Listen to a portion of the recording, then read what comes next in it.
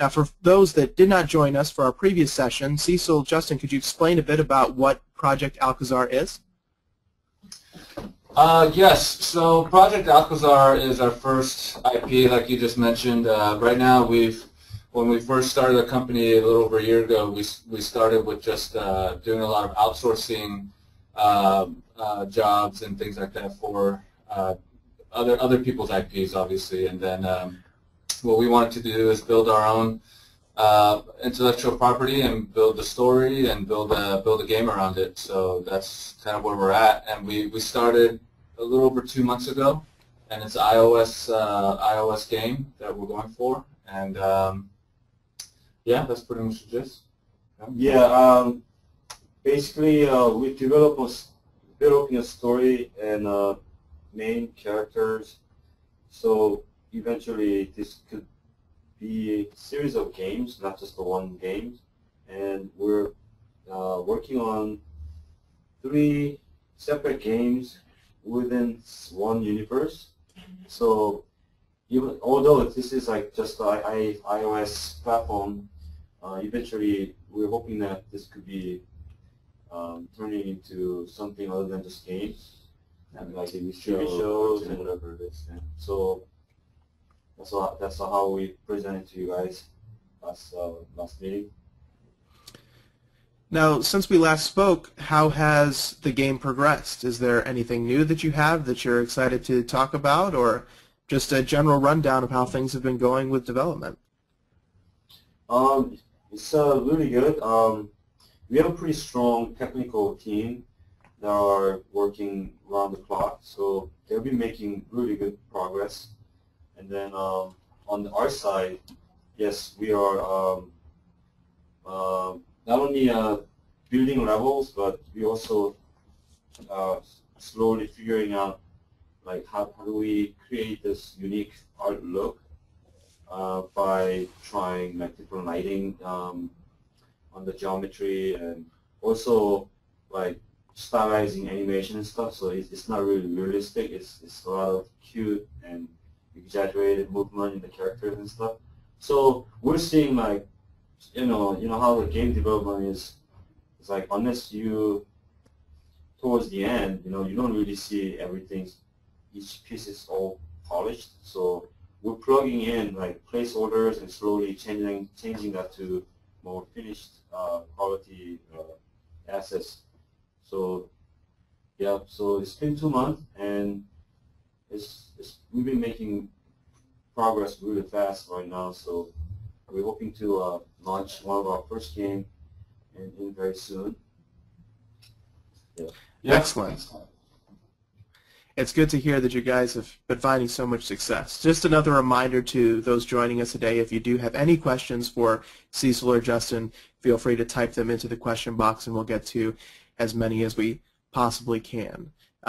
Now, you're both essentially in charge of this project, since you're both the founders of the company here. Is it different working from this end of the project, whereas before you had different roles in different hierarchies of the different companies that you've worked in? Definitely, and I think we're seeing the challenges of that right from the get-go, and because, like you said, we've been a part of teams before, and even when we first started the company, we were part of the art team, and now we have to not just be on top of the art and everything like that, but on top of all the other things that goes with creating these projects, like budgeting, schedule, and things like that. And we are seeing the other side of it, where we had a few hurdles, but I think we're trying to move forward nicely by managing and doing things the best we can, I guess. But it's a learning process, definitely. Now, as time has passed and you've started to get deeper into some of these newfound territories, I'm sure things like being in charge of programmers as well as artists now and working on the budgets, what are you doing to approach and learn and work with new people and cross departments within your company? You're asking about communication between the department? Yeah, definitely communication and also having to work with people that aren't just within the art department. Oh, I see. Well, I mean, that's the thing that we have to realize. Some of the area that even though I'm coming from console industry, like design, game design, and even animation, um, there's a requires set of professional eyes to see, what, to give them a correct, good direction and feedback and stuff. So all those areas, we don't try to like, pretend like we know all those things. Things like programming, for example. Eventually, we brought in a person as more like technical director. So he's actually leading the whole department. So it's a matter of being honest about it. So every time we get on a Skype call or having a meeting with our technical director, I brought it up. The things that I don't know and a lot of things that he has to take time and explain us and teach us. So that's the fun about whole collaborative effort. And example, animation would be it's a little easier than programming. If you look at it, and you can kind of like give them honest opinion. But the same thing, the person who will be doing animation, he will be kind of in charge of that. So yeah. So it sounds like your focus is making sure the people that have the expertise in that area are able to practice that expertise. Correct. Correct. Yeah. I mean, basically take ownership of what they're doing, and that's why we definitely ask for their opinions and creative. I guess their creative thoughts. I mean, they're creative people. They're not machines. So we definitely we don't want to be dictators here. We're here to kind of work on this together. Now, you're both artists, and you're finding yourselves in a major leadership role. Do you also find yourselves coming down in working on individual projects as well, working on the concept art, working on models? Do you find yourselves moving up and down that ladder of hierarchy? Definitely, yeah. Both of us, we still do a lot of the work when we can. Obviously, uh, we don't personally have experience in the 3D or anything like that, so we don't really dabble into 3D. But as far as concepts and things go, we still definitely go, Yeah, do that. probably the good thing about having a small team, a group of different concept artists and different designers, um, we work on the jobs together. So, for example, some of the things that new clients ask us to do a series of high-level concepts, then I could do black and white comps and figure out the composition and just the basic shapes and the atmosphere for the area, and then I can hand it off to Justin, and Justin can start plugging in more detailed information there. And then I can take it back, or I can hand it off to one of our designers who's better at like rendering, or better at lighting and things like that. So a lot of pieces are not done by one person, which is a little different because in a major AAA production, you should avoid doing that kind of stuff because a lot of artists they like to know like this painting is done by me, not like myself and a couple other guys.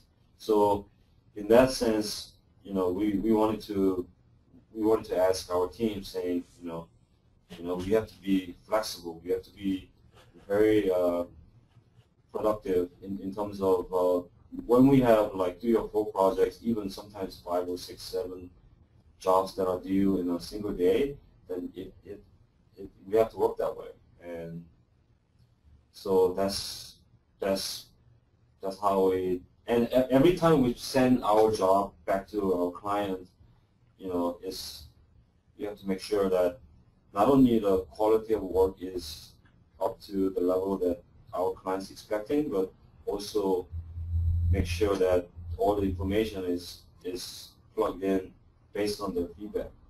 Because sometimes if you don't look at before we send out any jobs, sometimes that important information is overlooked and it's not there, and it's really important for doing that before we send the work back to the client. So. Now you mentioned having a very collaborative workflow on this project. Yeah. How do you transition people that may be used to having a bit more of an individual stake in the pieces that they're working on? How do you transition people to this new style of working? It's not really a new style of working. Again, we have a small team, so people who are working on this Arkaza project is probably like 7 artists right now. So it's still for example, like there's things that we have to draw and sketch out just to get the ideas, and there's things that we have to draw and sketch to get the look of the game. So more like idea sketches. Sometimes we create this brainstorming session where a couple of guys can sit in the break room and sketch out and bouncing ideas. That's like requires a lot of people's involvement. And as far as getting the look, we have a person, we have an artist whose background is fine art painting, and Randolph Williams. He's been contributing a lot of work in terms of defining our game style and character design, and also just the pastel, painterly look to the game, which is I'm really happy with his creation. So a lot of times me and Justin kind of go to him and say, hey, we need this splash screen image that whenever people start playing the game, we need to have this image that comes up, and can you come up with some ideas? And he'll draft like 3 or 4 different thumbnails, and we go from there. So, but it doesn't let us, lock down on decisions that, oh, he's the only guy we have to go to. No, it's not that. Still, we are looking out to other designers to figure out, contribute some of the creature designs, and especially storytelling aspect. Like I said, a lot of drawings has to be done just to explore ideas. That's our. Then we talk to other guys too. So we're saving a lot of talents right now. So once we get really busy with the storytelling portion of the games, then we have to create a lot of illustrations, and everyone probably has to jump on it. So once you're at that stage, will we be seeing more finished-looking color studies, sketches that are much more defined once we hit this storytelling stage? Uh-huh. Definitely. Now, when we last spoke, you mentioned you were developing the game on the Unity platform. Is that still the case? Yes. How has that platform been working for you now that you've had some more time to work with it? It's really cool. Actually, in the beginning, our programmers has to. This is something that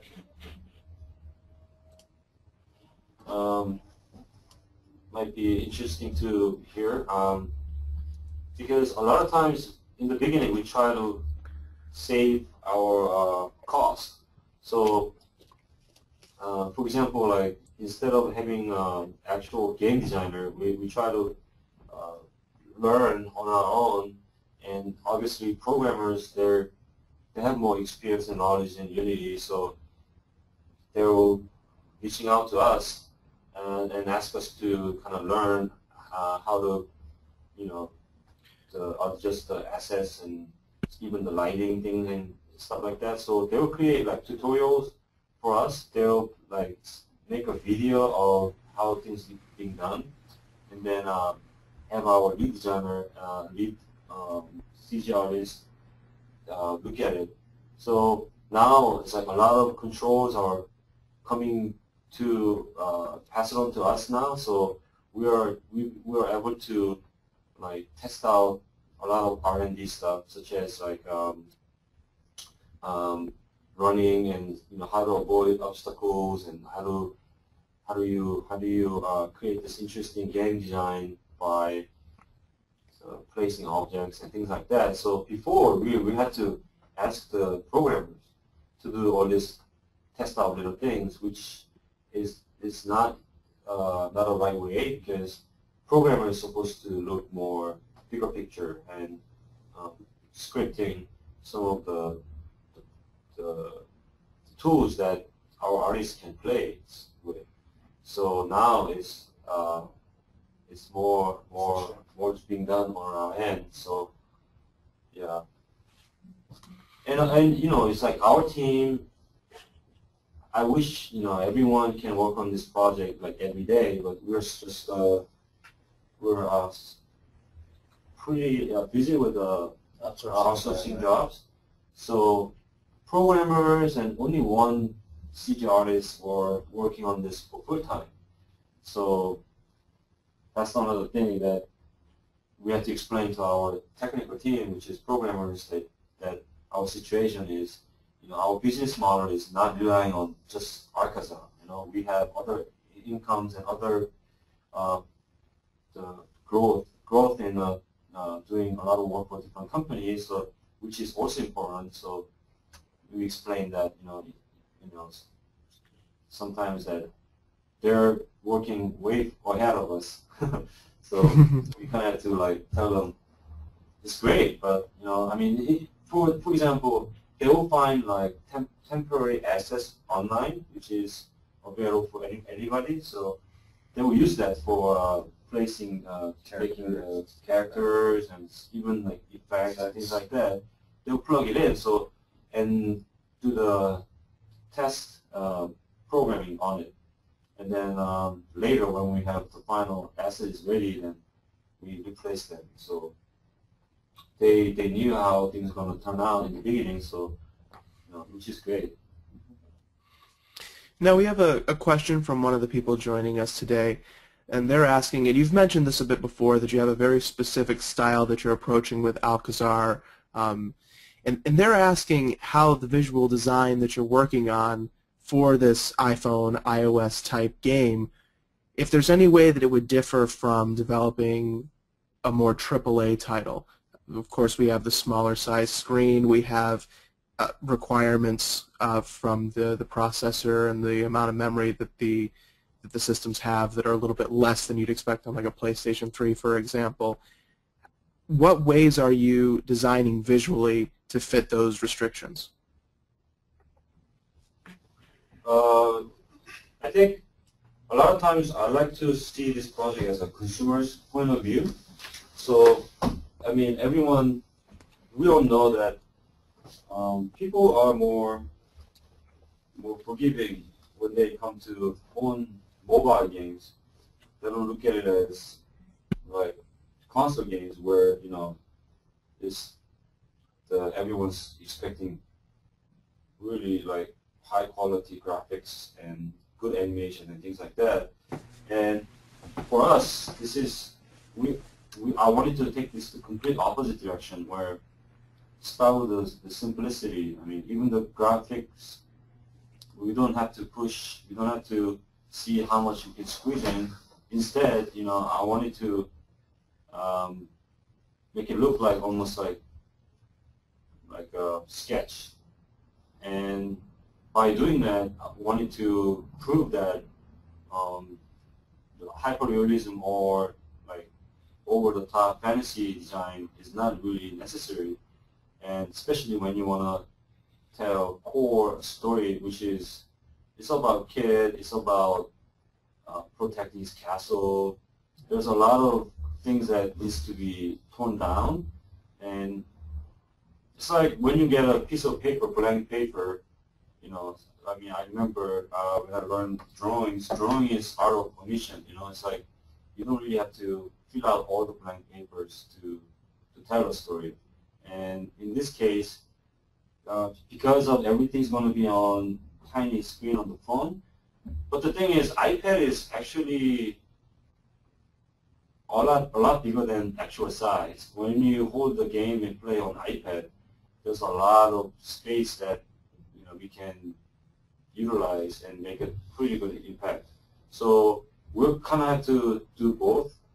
It's not going to be on 50-inch LCD monitor or TV screen, but still we have to figure out a way to keep it simple. But when it comes to iPad, we wanted to make sure people will be like, "Wow, this looks awesome. This 3D space is so vast and so cool. The camera is really cool." So things like Infinity Blade, what I like about the game is just the great modeling and all these details on the armor and things like that. But what I don't like about the game is sort of everything happens in very set stage, and there's a lot of reason they do it that way because they want to avoid building a lot of stuff around the character. But our game, because of the character is simple and environment is simple, instead we can create this really long stretch of adventure. So where when you run, it's like you feel like you're actually running on quarter-mile distance of castle wall, and really feeling that what this character is going through, not just running, but it's just what build up behind this. So that's what we're trying to achieve in this. Yeah, and I think Cecil covered a lot there with this, but I mean, it just basically comes down to simplicity and readability. Like we said, on a phone and everything, the silhouettes really have to be very strong for you to know what's going on. And I think it's kind of a learning process for us too, because we're designing on computer screens that are a lot bigger than iPhones. And once we put it in, let's say like bombs, we realize if we have the bombs be really small, it just looks like a dot. So there are little challenges to that there, but definitely trying to simplifying, drawing its form of omission, I think you just said, and that's a good way to put it. Editing and making the strong design elements clear. Now, with that issue with the different screen sizes, do you attempt to get the artwork onto an iPhone as soon as possible so that you can view the readability, or what are some ways that you use to be able to solve those problems? Yeah, we actually see it on our iPhones right away. So we have the programmers do builds almost every day or every other day, and whenever we have new assets, we send it to them. They put the new build, and we can check it right away on our phone. So that's the great thing about this platform. Or it's like sometimes try to create the concept art that are size of what's going to be on the actual model going to be on the screen, and we can make an image file and load it up on our phone and just kind of look at it that way. I do that too. But it's just like temporary build and update on the build we get on from the programmer. So usually right before the meeting, so we all look at it together, and there's a lot of excitement. There's a lot of potential we see in the current build. So every time it's updated, it's always excitement. So it's like best thing happens on the week, So I come in the office and I ask Justin, "Hey, did you get the bill? Where is it?" We all downloading it together. We're like, "All right, what's going to happen now?" And then, It's good to be able to enjoy the fruits of your labor, for sure. Yeah. It's because it's amazing. Such a big production scale working at Sony. There's 150 people working on the games, and it's so technical, and so a lot of people get involved. I don't even know. I don't even try to understand how some of the things are put together. But in person like God of War, but for us it's like 7 or 8 people, and we talk about new ideas, and in a couple of days, we could have it in the game. For example, hey, why don't we have this huge like statue head rolling down the stairs, and that's how you avoid like how do you end the level. And our the 3D guys can mock up something really quick and send it to programmers, and they put it together, and we got it on our phone in 3-4 days. And for me, it's like it's kind of crazy. And I think because the tools are so good, especially Unity and things like that, so I mean, we're learning so much right now, and eventually, I already have other game ideas in my head. I mean, same with Justin. We're gonna just become very productive, and keep putting out games, and sort of slowly define our Section Studio brand as a creative powerhouse for the iPhone games. And it's like the reason we choose to make iPhone games because of accessibility and something we know we can do, and we're taking a small step by step, and eventually if this franchise become popular, then we can move on to the web game and even consoles. And obviously my home base almost that I'm showing on Monica, they'll be interested in to see what we're doing here. And possibilities is you got to dream big and you got to think big. So we're not gonna say we're not gonna make constant games. We're not gonna limit ourselves, So we'll just take one step at a time. Now, within there, you were mentioning with the concept art, and I'm more paraphrasing what you're saying, but that the concept art almost needs to be able to provide a function as well as being a beautiful design to look at. The example we were talking about, it needs to be readable on the small screen. It needs to be able to communicate what it is. Now, there are many people in our webinar today that are listening that want to improve their abilities as concept artists, that eventually want to be working in the industry, or they're working up towards a better job in the industry. What are some recommendations that you can give those people that you've seen with working on this project of ways that they can better improve the functionality of their concept artwork?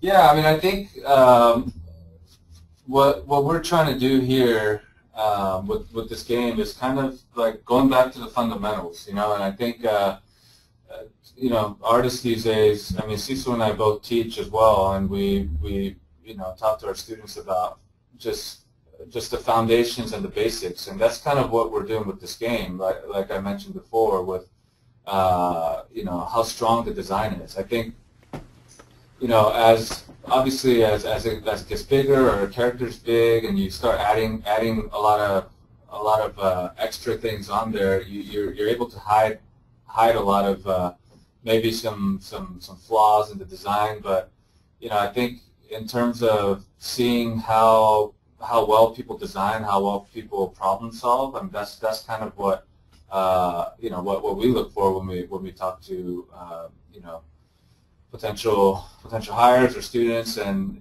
I think it's kind of going back to the fundamentals and making sure that the design sense is good. And then I call it like sprinkles. Like, I mean, you can't all the Photoshop, the texturing, all of that stuff, with characters and environments. I mean, I think because of how accessible and how easy Photoshop is to use, sometimes we kind of skip a step of building up that foundation, building up that mileage of designing and drawing and painting, and whereas all the other stuff are sprinkles, and the foundation is the cake. You can't have you can't just have sprinkles. You know what I mean? So I think having kind of that foundation and really working hard at the designing of things, and once you have that down, the easy part are the sprinkles, which is the different techniques, the different add-ons that you can add. So when you're looking at a potential hire's portfolio, what are some of those specific foundational aspects that you're looking for within their work? Obviously, you want to see the person can do wide range of different kind of work, but it's difficult to find someone who does like realistic matte painting, and also at the same time they can do stylized, cute character designs. So we rather find someone who has a very strong foundation skill, someone who can show us their sketchbook and we look at it and wow, you are really good. You understand the form really well. Anything you draw looks good. That's basically how you put it. Because if you look at that's how I realized the jobs out there. A lot of things that we work as a concept artist, about I would say 70% are based on realism, and 30% will be like futuristic, like apocalyptic, city, or just crazy, intricate, like inside of spaceship, things like those. But a lot of times are basically we have to redraw things that are already existing, such as fire hydrogen, or it's like pizza delivery truck. No, there's no truck. So those are things you have to look at it and you have to edit in your head and you have to look at it as an artist and redraw with your sensibility and with your line work. And that's someone who's playing as a role as a client. They can be just simply producer. They don't have to be an artist. Sometimes those people are paying you, they could be writer. And whenever those guys look at it, they will be like, wow, that's damn good looking fire hydrogen, because it's drawn by really good person who has a strong foundation. So those things we cannot teach. I mean, a lot of different things that how do we render like space, futuristic, the combat tanks, things like those. Yeah, we could work together. We can teach them. I mean, all at the same time, I can learn from them. But things like those foundations, how do we teach those unless we go to drawing workshop every day for at least 6 months or a year? Mm-hmm.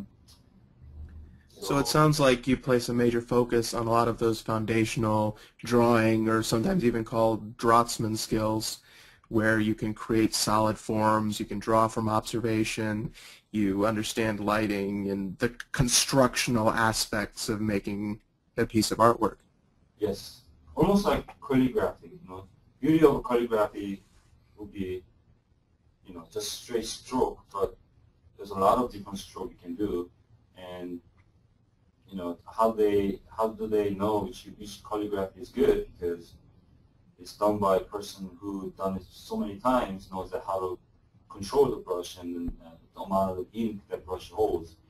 So same thing when you draw the fire hydrogen. A lot of good artists, they can make it look really good with only a few strokes instead of shading and all that stuff. So those kind of like talents can translate to anything, like designing crazy control panel in the spaceship, or even designing rocks on our Arkaza game. How do you make the rocks looking cool and just nice? Because when a person can take it down to very simple attempt and describe the form in few strokes, that's what people gravitate towards to. They look at it and they go, wow, this is just simple, but it's done correctly. So, and those talents are surprisingly a lot out there, and we have to put ourselves out there to meet these people. So, we go to like CTN. CTN is a good place to meet. So if you guys want to see us, we'll be at CTN, and CTN is just endless talents coming to us and showing their work, and a lot of them, they're interested in going into animation and also game. So their portfolio is kind of like right on the spot that we're looking for. And everyone knows, I just downloaded the app CJ Hub. So now I have the CJ Hub app on my phone, and it makes me more access to the website. The website is kind of like whatever, but when you have that app on my phone, I sometimes, like, before I go to bed, I look at 50 art or 100 art paintings, and I'm so amazed. Like, so many good people out there, so many monsters out there. And it's amazing how everyone's become so good. And I guess that's the challenge for young talents, where they have to differentiate themselves. And only way to do it is find the subject matter they really like. So if that's a fish, then yeah, I mean, just to become a fish guy. And that's the foundation of fine artists. When they find subject matter, they run with it for a couple of years. They draw and paint on that subject matter until they tired of it, or they just done with it. So I think that type of mentality is really important, especially for young artists. So that's my recommendation. Look at John Park. I mean, I've known that guy for a long time, but his heart and passion is in that drawing mech, and he never stopped. And he was proud of of that, and everyone knows him. It's like, yeah, if you wanna design a cool mech, talk to John Park, and there's no question about it, because he did it for so many years. And so if you want to be a fish guy, go for it. So it sounds like what you're saying is to find your passion within art and just really go for it until you can become the go-to guy on that passion. Yep. And there's no such thing as mech is better than fish. It's just, if you want to explore a lot of things, go beyond what a lot of people are just touching surfaces because they have to do the job. But if it becomes your passion, then you will do extra research on the subject matter, and you educate yourself more and more, and who knows when what's that film director did Avatar? James Cameron. James Cameron. What if James Cameron is gonna make a movie on fish? The aquatic adventure, and he has to design 50 mermaids. And we have to go. Yeah, let's go to Eduardo because he's a fish guy. Yeah. The whole industry knows he's a fish guy. So, I mean, that's some of the lifetime homework you have to do on the side. But I think that's a great thing. If I answer your question correctly. I think you did. You answered it very well. Now we have a question from one of our viewers today, and they're asking if you guys have any tips for designing, for creating story for a media like games that's entirely interactive. How do you have to approach the story and the game design and the concept design differently because it is an interactive media? Oh, okay. That's a really good question, because interactive media, meaning you will run into a lot of technical challenges, and sometimes story, as long as you have a good outline of the story. Let's say you start from point A and you go through point B, and then you and to the finale with kind of point C. If you kind of dropped it out of bigger picture, and then a lot of things happening inside, you have to be very flexible, because let's say you're making a interactive graphic novel where series of matte painting is going to sort of tell the story, and who knows, like some of the area turns out to be just amazing, awesome, and you want to take advantage of that. You want to create more of that same scene, and obviously you have to do some tweaks. And also, because it's a game interactive, that means you have to think about gameplay first. And a lot of gameplays requires the creatures and sub-characters and just the boss that you'll be doing the gameplay against. And who knows, you come up with a great idea, and then you have to figure out a way to introduce that character. Then they change the story, but you don't change the backbone of the story, but you have to figure out a way to introduce that character. And how do we build up the story so that when the character comes out, the expectation and all excitement is built up correctly as you planned.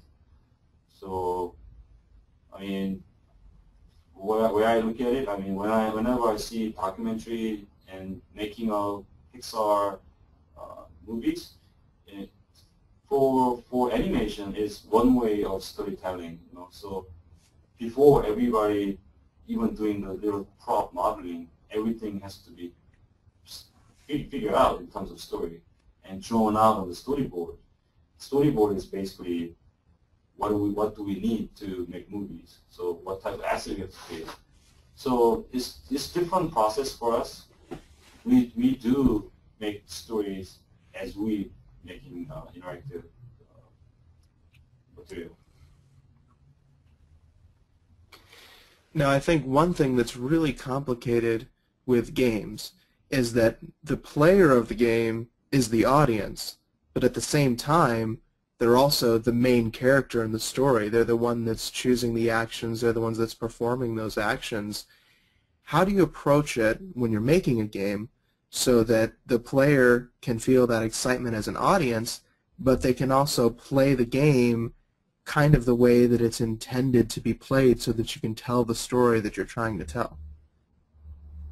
It's another great question, because third-person camera is most difficult game.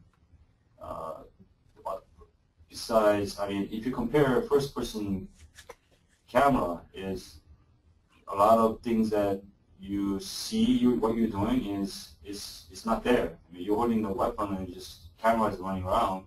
But then when you try to make third camera, which is you see the character that you're controlling, and if he falls, and you see it, and there's a lot of things that you have to figure out in terms of collisions and like just the subtle animation is really important. So our focus is on animation as far as storytelling, because even though this character is a little kid running around, when he jumps, is he jump with a lot of physical capability, or is it just jumping because he wants to survive? You know, that's really important. That's subtlety, and also when he falls, does he fall stupid, or does he fall? Does he fall like you want to reach out and say, hey, you know, are you okay? You know, I want to pick you up. So we knew that this character, our character, is doing what he has to do because he has no choice, and he's not a hero. He's just the kid with, you know, just what he knows and what he believes in is, you know, like what his father taught him, saying, this is your destiny. This is, sorry, I cannot be there to help you, but son, you have to protect this castle. This is your legacy. This is what you're born for. So there's a lot of like touch emotional thing that we're trying to pull from this small iPhone games, and a lot of it has to come through from animation. And obviously, you want to zoom in and show his face expression and things like that, but we're talking about extra cost and extra schedule for that. So we are keeping it pretty simple. Yep. Yep. I think you bring up a very interesting point about how specific you need to be with each of your designs. You're mentioning animation. When you do a run, it's not just a run, it's that character's run. It's that situation, they have a motivation for that running. And even when you're designing a rock, it's not just a rock, it's the rock that belongs here in this scene that helps to evoke that overall emotion. Is there a certain process you take to figuring out each of those specifics? Is there a certain brainstorming process that you take to figure out the way that you're going to do those runs, the way that you're going to do those rocks?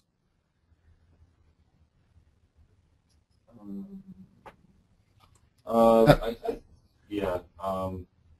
Best way to answer that is I always wanted to give comments or feedback to our designers.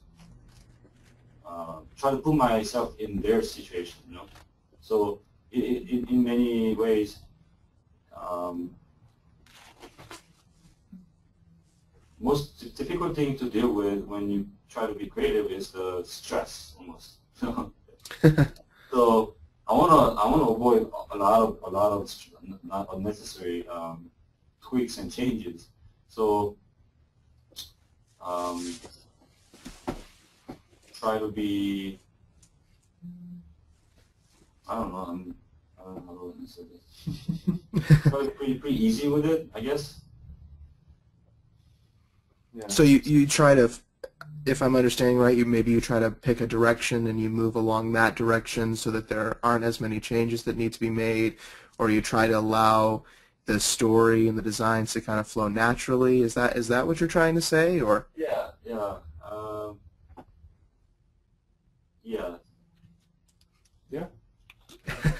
All right.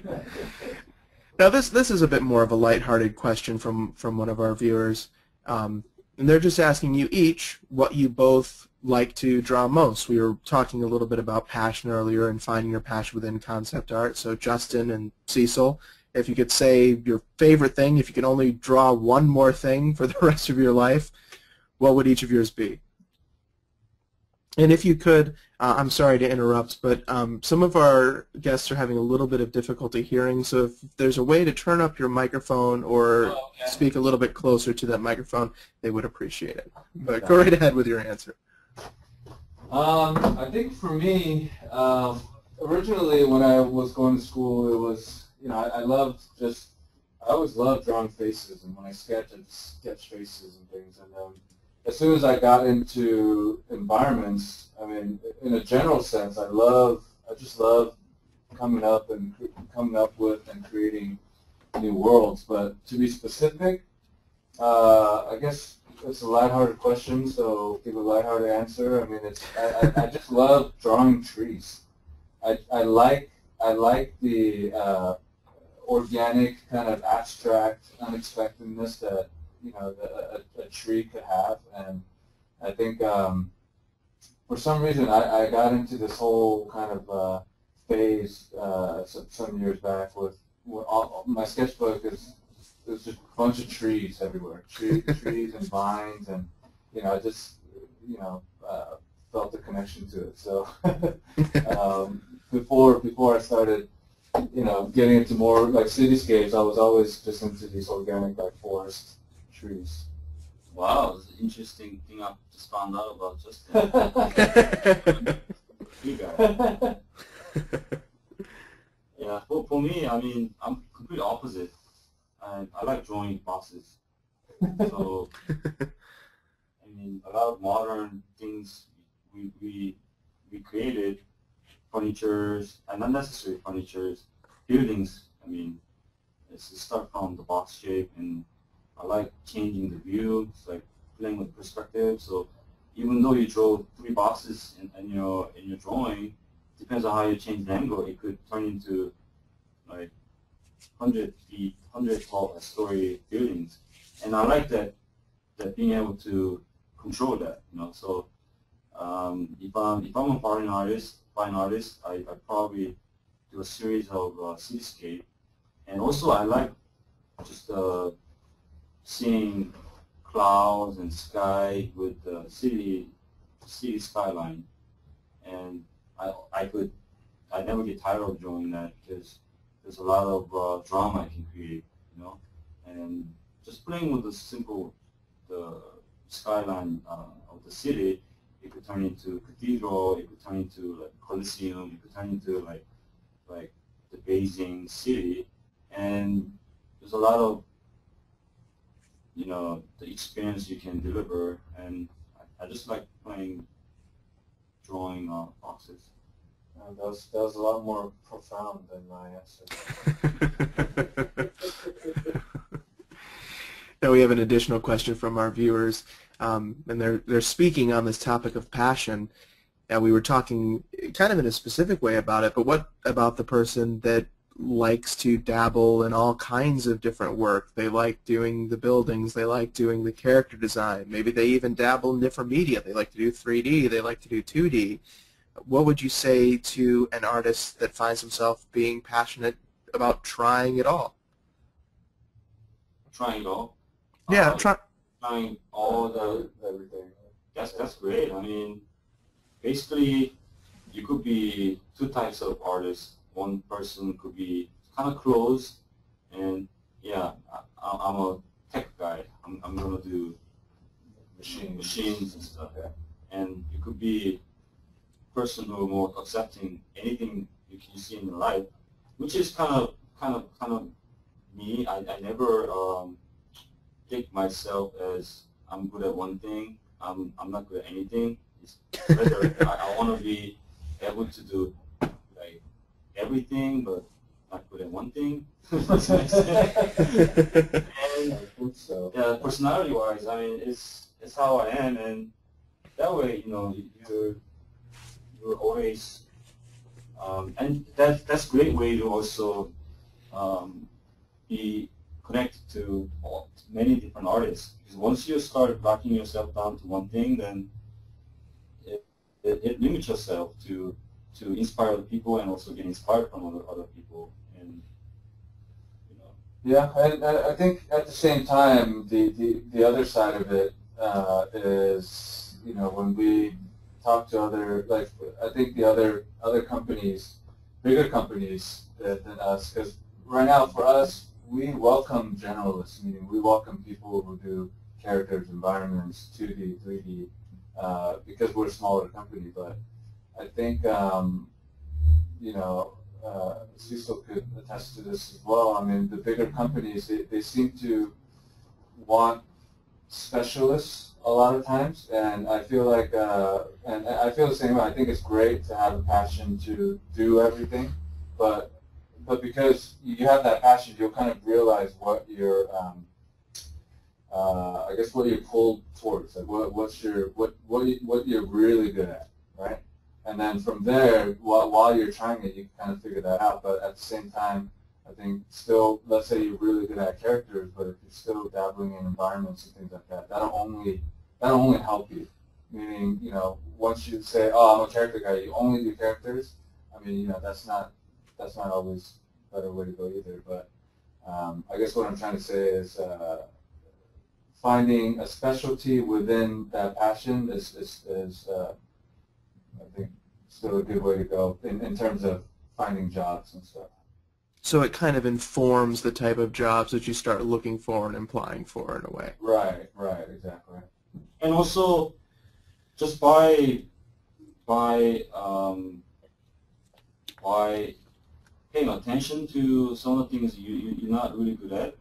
For example, I worked in the industry long enough that just seeing how people are working on, like someone like Charlie Wan or Andy Park, how do they draw character thumbnails and how do they start pulling details from there, just by by looking at how they're doing, I learned a lot, and it actually helped my process as well. So, you know, do not like turn away, for example. I mean, that's important. And also, surprisingly, I mean, Justin probably agree with me on this. A lot of jobs we get is all problem solving. You know, I would think that someone will come to us and, hey, you guys paint really good. Can you paint us this great city view? We want this painting. None of job is like that. They come to us with that has descriptions and that have philosophies and have sort of their own ideas on their things. And what we end up doing is a lot of drawings of how this wing is going to fold out from this guy and why, and because he's a survivor, and we want to see straps on the wings instead of, you know, nails and things like that. So these are the things that we get hired for, and a lot of times the drawing and the putting the idea on the simple drawings and show that clients that how you thinking. That's a lot of jobs that we're doing on those. Oh yeah, and I think that's a great point. And problem solving is the key word. You know, I mean, I think basically us and other companies come to us. They're not looking for risks. They're looking for problem solvers. You know, and I think that's kind of the difference with, you know, it's like, oh, we want this amazing rendered painting of the city. No, it's like, okay, how are we gonna design this city that has, you know, all these different keywords that they're throwing at us, and how are we gonna put that together? How are we gonna solve this riddle? And I think that's where you know, as you're passionate about art and you're, you know, practicing the rendering skills and things like that, I think how you differentiate yourself, or how you can differentiate yourself from all the amazing artists and talents out there, is your problem-solving skills, you know, your designing skills. I think that's very important. Well, we're getting close to about time to wrap up, so I'm going to ask one more question before we say goodbye to you both today. You both have been working on Alcazar for about 2 months, and you're hoping, if I understand right, hoping to release the iOS version as soon as it's done. What would you say, just in your own mind, what would make you say that Project Alcazar has been a success? After we launch it, you mean? After you launch it, what kind of result, what kind of reception would make you say Project Alcazar has been a success within my own mind?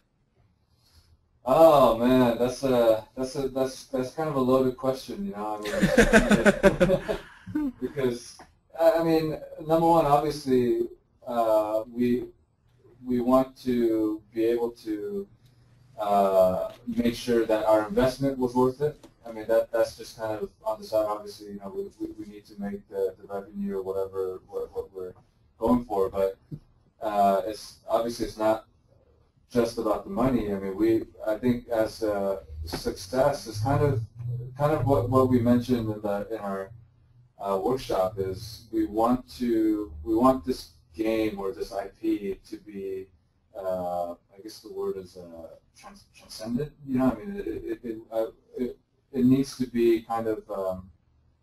We don't want it to be this one and done. Oh, let's just throw out a bunch of these games. You know, I think Alcazar, we have 3 parts that we're going to be releasing, so it's not just about this one game. I mean, it's about this IP, and we don't know. I don't think, you know, Cecil and I, we both of us don't know like when it'll stop. I think the success would be when people just kind of maybe see this character or see the story as something like Mario Brothers or something like that in that realm where, you know, it's kind of it's transcended through time and games and different consoles and stuff, right? Yeah, I mean, when we see Igor character standing next to Don Quixote characters in a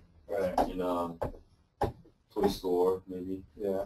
But for me, success would be more like psychological for the team. You know, because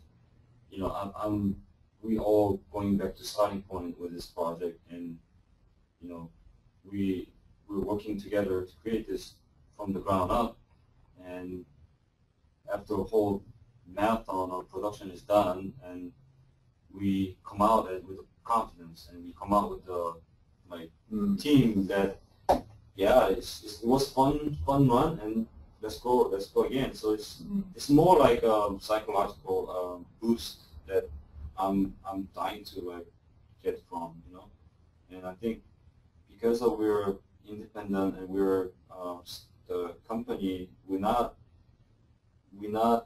have funding like Sony. We don't have like this publisher like Microsoft, and that proving ourselves to us is biggest success. And then with that, we're gonna try another game, and eventually, before we know, we're gonna have a series of titles that are define our company as a game developer. That's a better, more profound answer again.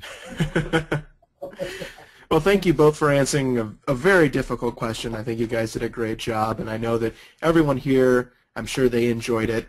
Always love to hear both of your insights as you're working on this project and when you both are working on anything. So Cecil, Justin, thank you again for joining us today. Thank you guys very much. We're honored. We're honored to be like first the company doing this with you guys. And yeah, it's great for us. Yeah, I mean, this great idea. I mean, I hope like you probably have other companies are in schedule. So we hope the listeners. Hopefully, it's been informative to them. And it definitely has. I can say that for a fact. And I'd also like to thank everyone else who has joined us today, all of our attendees. Thank you for watching and for all of your questions. I would like to mention again that registration for CGMA courses is currently open.